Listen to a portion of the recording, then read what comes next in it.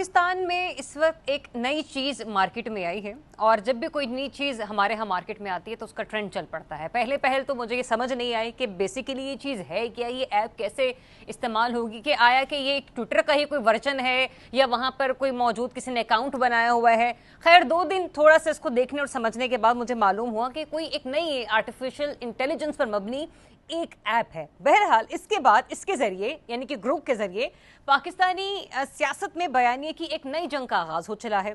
PTI और नून league के जो हामी लोग हैं वो ग्रुप के जवाबात से एक दूसरे को नीचा दिखाने पर तुले हैं। कोई किस किस्म के सवालात पूछ रहा है, कोई किस किस्म के सवालात पूछ रहा है। अच्छा, जो जवाब ग्रुप दे रहा है वो भी बड़े इंटरेस्टिंग है। ऐसा लगता है कि जैसे इसके किसी ने कान भरे हो, किसी ने इसके कान में कुछ डाल दिया हो। अब डिजिटल एक्सपर्ट फहद मलिक साहब ने हमें प्रोग्राम के इस हिस्से में ज्वाइन किया है।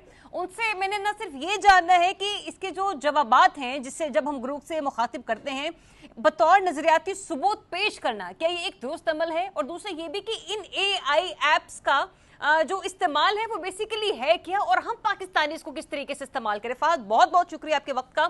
सबसे पहले तो मुझे ये बता दीजिए, आप खुद भी ट्विटर का हिस्सा है, एक्स का, ग्रुप की जो जवाबात हैं उनको बतौर नजरियाती सबूत पेश करना किसी भी सियासी जमात के मेंबर का, ये एक दुरुस्त अमल है?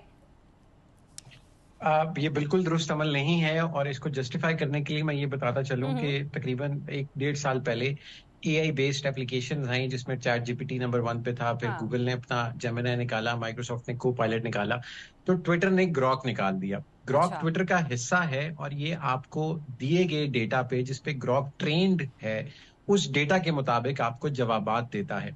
बाकी जितने एआई की एप्लीकेशंस हैं उसमें से सिर्फ जेमिनी रियल टाइम डेटा पे है और ग्रॉक रियल टाइम डेटा पे है। रियल टाइम डेटा से मुराद ये है कि बाकी के प्लेटफॉर्म्स 2022-23 तक का डेटा उनके पास है, बाकी वो डेटा नहीं है उनके पास। मतलब ग्रॉक लेता है पिछले 22-23 तक। अच्छा, ट्वीट्स का डेटा लेता है ग्रॉक लेता है रियल टाइम ट्वीट्स का डेटा। यानी अगर मैं, आप और 10 बंदे मिलकर कोई ट्वीट कर रहे हैं और हम एक सर्टेन बयानिए को फॉलो कर रहे हैं तो ग्रॉक उस बयानिए को सच मान लेगा। अच्छा। और अगर एक क्लाउड या एक कल्ट किसी एक बयानिए के खिलाफ बात कर रहा है तो उसने सिर्फ वो नंबर ऑफ ट्वीट्स लेनी है, उनको एनालाइज करना है और उसके मुताबिक मतलब मैं आपसे आपके चैनल की रेटिंग के बारे में हम 10 लोग मिलकर ट्वीट करें और एक बयानिया बन जाए तो आप उससे पूछेंगे कि इस चैनल की मालिश क्या है, तो वो 10 लोगों की ट्वीट्स को एनालाइज करके आपको बता देगा कि ये ऐसा है वैसा है। सो उसको एज सियासी प्रूफ या एज समथिंग जिससे आप लोगों का नैरेटिव बदल सके, मेरे ख्याल में वो बिल्कुल भी जस्टिफाइड नहीं है। ठीक है, चलिए सियासी सवालात तो मैं अपने सियासी तज्जियाकारों से पूछ लूंगी, आपसे तो हमने मालूमात ही लेनी है। फहद, मुझे ये भी बताइएगा कि पाकिस्तानी सियासत को और पाकिस्तानी जो सियासी राय आमा है उसको ग्रुप किस हद तक मुतासिर कर रहा है, क्योंकि लोग बड़ा इंटरेस्ट ले रहे हैं और तरह तरह के सवालात लिख के भेज रहे हैं। कुछ एक तुलसी साहब ने भी पूछे हैं ग्रुप से। देखिए, पाकिस्तानी सियासत में उसका इस्तेमाल ये है कि पीएमएलएन वाले उससे पूछ रहे हैं कि पीटीआई वाले झूठे हैं या नहीं है, पीटीआई वाले पूछ रहे हैं कि नून लीग वाले झूठे हैं या नहीं है। ग्रॉक को नहीं पता, ग्रॉक ले रहा है सब ट्वीट्स का डेटा और उनको एनालाइज करके बता रहा है। सो आप कोई भी इंफॉर्मेशन जिसको आप किसी भी एआई सोर्स से लें, चाहे वो आप चैट जीपीटी से लें, चाहे आप वो ग्रॉक से लें या गूगल की जेमिनी से लें, माइक्रोसॉफ्ट के को-पायलट से लें, उसको इंडिपेंडेंटली वेरीफाई करना बहुत जरूरी है।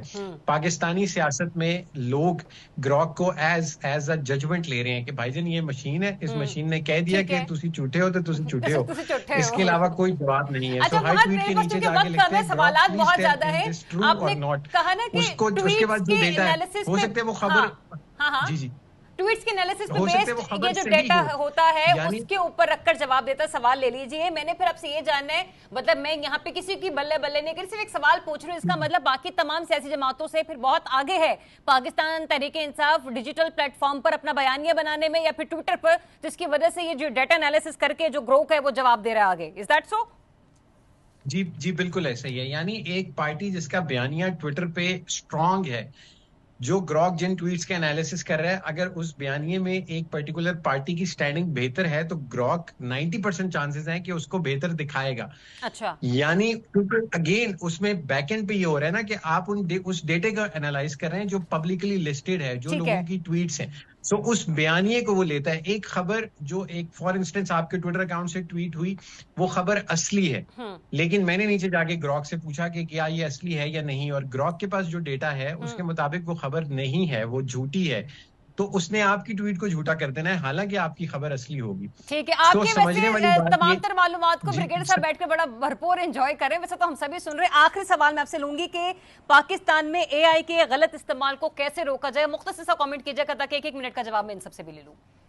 पाकिस्तान में एक सोशल मीडिया रेगुलेटरी अथॉरिटी बनने की जरूरत थी और उस पर बहुत हद तक काम हो रहा है। हम आज तक सोशल मीडिया की रेगुलेशंस नहीं बना सके। इस वक्त पूरी दुनिया एआई की रेगुलेशंस बनाने की कोशिश कर रही है। जब दुनिया में बनेंगे तो हम तक आएंगे। हम पहले अपना सोशल मीडिया संभाल लें तो हम फिर एआई की तरफ जाएंगे। अभी बहुत टाइम लगना है। 99% केसेस में इसका नेगेटिव यूज ही होगा आने वाले 5 सालों में। बहुत शुक्रिया फहद हमें ज्वाइन करने के लिए। रज़ी साहब से, रज़ी साहब अब सबके पास एक मिनट है, ये फहद ने तो बता दे कि ये ऐप काम किस तरीके से कर रही है, फिर जो आपने जितने भी सवाल पूछे